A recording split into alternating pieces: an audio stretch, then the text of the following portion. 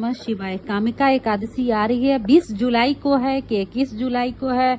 आज मैं इस वीडियो लेकर आई हूँ आप लोग के सामने कि कब है कामिका एकादशी। कामिका एकादशी के दिन बहुत खास होते हैं, भगवान विष्णु को समर्पित होते हैं। यह पूजा विधि हमेशा करनी चाहिए, लेकिन यह इसलिए खास है क्योंकि ये सावन महीने में पड़ता है, कृष्ण पक्ष में पड़ रहा है और खासकर सोमवार वाले दिन पड़ रहा है। तो भगवान शंकर के साथ भगवान विष्णु की भी आपको आराधना करनी होती है। वृंदावन वगैरह सब में काफी भीड़ होते हैं इस दिन, काफी मंदिर में काफी लोग पूजा पाठ करते हैं क्योंकि सावन का विशेष महीना होता है, पावन का महीना होता है, मनोकामनाएं की पूर्ति के लिए होता है। सभी प्रकार के कष्ट कहते हैं दूर होते हैं कामिका एकादशी का व्रत करने के लिए। अगर आप व्रत नहीं भी कर पा रही हैं तो विशेषकर आप पूजा पाठ जरूर करना चाहिए। इस दिन काफी लोग पूजा पाठ हर समय करते रहते हैं, राधा राधा का नाम भी जपते रहते हैं। शिव के साथ विष्णु भगवान की आराधना का विधान है, तुलसी माता का भी पूजा किया जाता है। मेरे दिन त्योहार चैनल पर आपका बहुत बहुत स्वागत है फ्रेंड्स। अगर यह मेरा वीडियो आपको पसंद आए तो लाइक जरूर कर दीजिएगा, शेयर जरूर कर दीजिएगा और अपने फ्रेंड्स के साथ कमेंट बॉक्स में ओम नमः शिवाय जरूर लिख दीजिएगा फ्रेंड्स।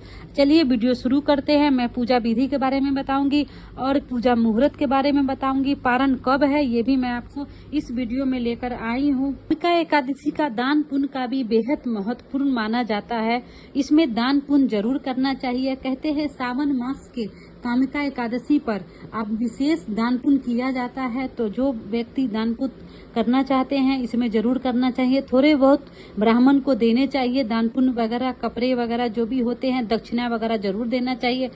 इसमें इसीलिए खास होता है कि भगवान शंकर और भगवान विष्णु की एक साथ पूजा अर्चना की जाती है। जिस तरह आप विधिवत भगवान शंकर की पूजा करते हैं, माता पार्वती की पूजा करते हैं, उसी प्रकार भगवान विष्णु की आपको आराधना करनी चाहिए, माता लक्ष्मी की आराधना करना चाहिए, तुलसी माता की आराधना करना चाहिए।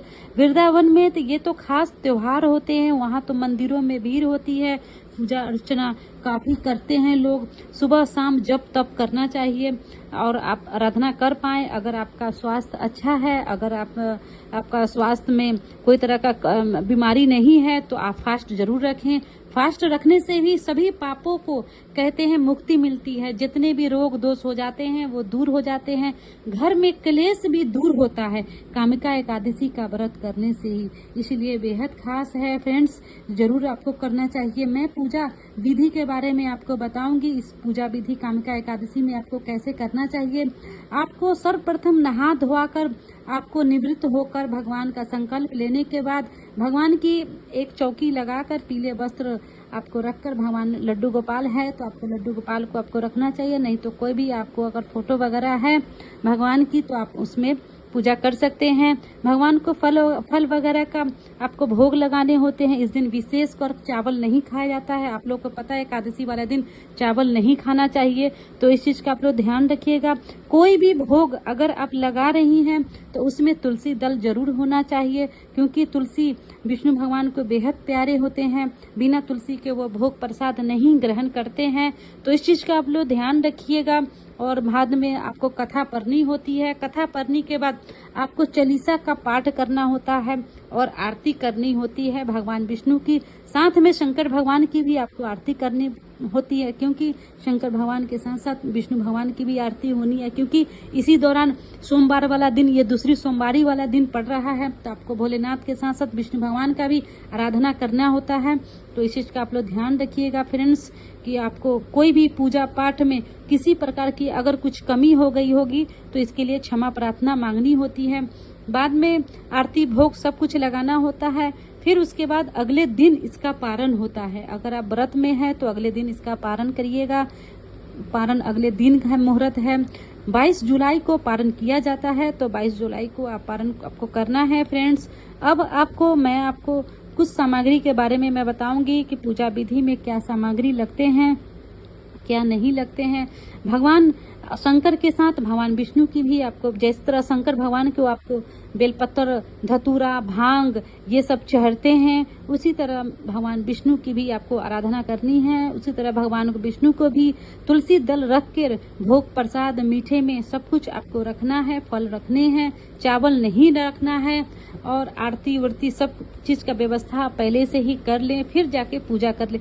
कुछ लोग अरेंजमेंट क्या करते हैं, पूजा के दौरान ही कोई सामान की कमी हो जाती है और उसी टाइम में आप सामान लेने चले जाते हो, तो ये ऐसे नहीं होना चाहिए। पूजा, कोई भी पूजा आप कर रहे हो तो पहले ही एक दिन पहले उसकी व्यवस्था जरूर करनी चाहिए, फिर आपको पूजा स्टार्ट करनी चाहिए, चाहे पूजा करना चाहिए। क्योंकि बीच में पूजा के दौरान उठ के जाना, ये भी कहते हैं वो माना जाता है, खंडित ही माना जाता है। तो पूजा के दौरान बिल्कुल ना उठें, उससे पहले ही आप व्यवस्था कर ले। विष्णु भगवान की पूजा कर रही हैं कामिका एकादशी में, तो आप पूजा का सारा सामान रख कर ही पूजा करनी चाहिए। भगवान को भोग प्रसाद लगाने के बाद, आरती करने के बाद क्षमा प्रार्थना मांगनी चाहिए। फिर आपको कुछ प्रसाद के रूप में आपको लेना है। सुबह से शाम तक अपने व्रत रखना है, निर्जला रख रही हो, चाहे आप फास्ट रख रही हो, फलों पर रख रही हो, तो फल आपको शाम को ही लेना है।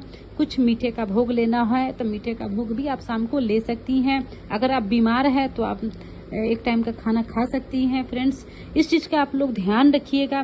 पूजा पाठ सात्विक ही होना चाहिए, क्योंकि कहते हैं एक दिन पहले ही लहसुन प्याज नहीं खाना चाहिए, क्योंकि कुछ लोग के घर में तो सावन के महीने में भी लहसुन प्याज बनता है। पूरे कायदे से शास्त्रों में यह बताया गया है, और सभी जगह हिंदू पंचांग के अनुसार, हिंदू धर्म में यह भी बताया गया है कि सावन जब चढ़ जाए तो सात्विक ही भोजन करना चाहिए, क्योंकि यह बहुत ही अच्छा माना गया है कि हमारे घर में सात्विक भोजन होना चाहिए। लेकिन कुछ लोग नहीं कर पाते हैं, कुछ लोग उसी दिन त्योहार रहता है तो उसी दिन ही छोड़ते हैं लहसुन प्याज। लेकिन नहीं है, कोई भी त्योहार आप कर रही हैं, कोई भी फास्ट अगर कर रही हैं, तो एक दिन पहले आपको लहसुन प्याज छोड़ना चाहिए, सात्विक भोजन ही करना चाहिए। अगले दिन अगर आपका फास्ट है तो मंडे के फास्ट के साथ साथ भगवान विष्णु की भी कामिका एकादशी का फास्ट होता है तो रखना होता है। तो इसलिए आपको दोनों चीज का ख्याल रखना चाहिए। भगवान विष्णु को प्रसन्न करना है आपको, और भोलेनाथ को तो प्रसन्न करना ही है, क्योंकि उनका महीनों का दिन ही चल रहा है। तो ये चीज बहुत ज्यादा खास होती है। पुराणों में भी बताया गया है कि अगर हम धर्म से पूजा करते हैं तो भगवान इसका हमें फल देते हैं।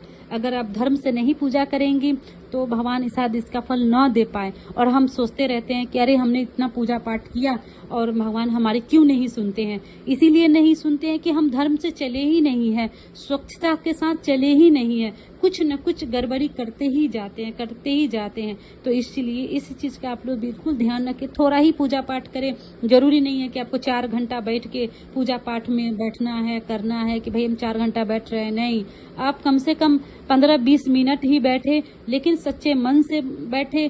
किसी प्रकार का मन में कोई तरह का द्वेष न रखे, मन में किसी भी तरह का चुंगली चपाटी न रखे, क्योंकि इस पूजा पाठ में भी ये भी देखा जाता है कि चुंगली चपाटी नहीं होना चाहिए। महिलाओं को खासकर देखते रहते हैं कि पूजा पाठ करती रहती हैं माताओं बहनें, और आपस में ही बातचीत करते रहती है, तो इससे पूजा खंडित ही माना जाता है। तो प्लीज आप लोग नहीं करें ऐसा। मैं हर वीडियो में यही सब बताने की कोशिश करती हूँ कि पूजा किस तरह से किया जाता है और आसान तरीके से किया जाता है। भोलेनाथ के साथ साथ, क्योंकि सोमवारी वाली दिन पड़ रही है कामिका एकादशी, तो आपको भोलेनाथ के साथ साथ, जप के साथ साथ आपको विष्णु भगवान का भी आपको आराधना करनी है, माँ तुलसी की भी आराधना करनी है।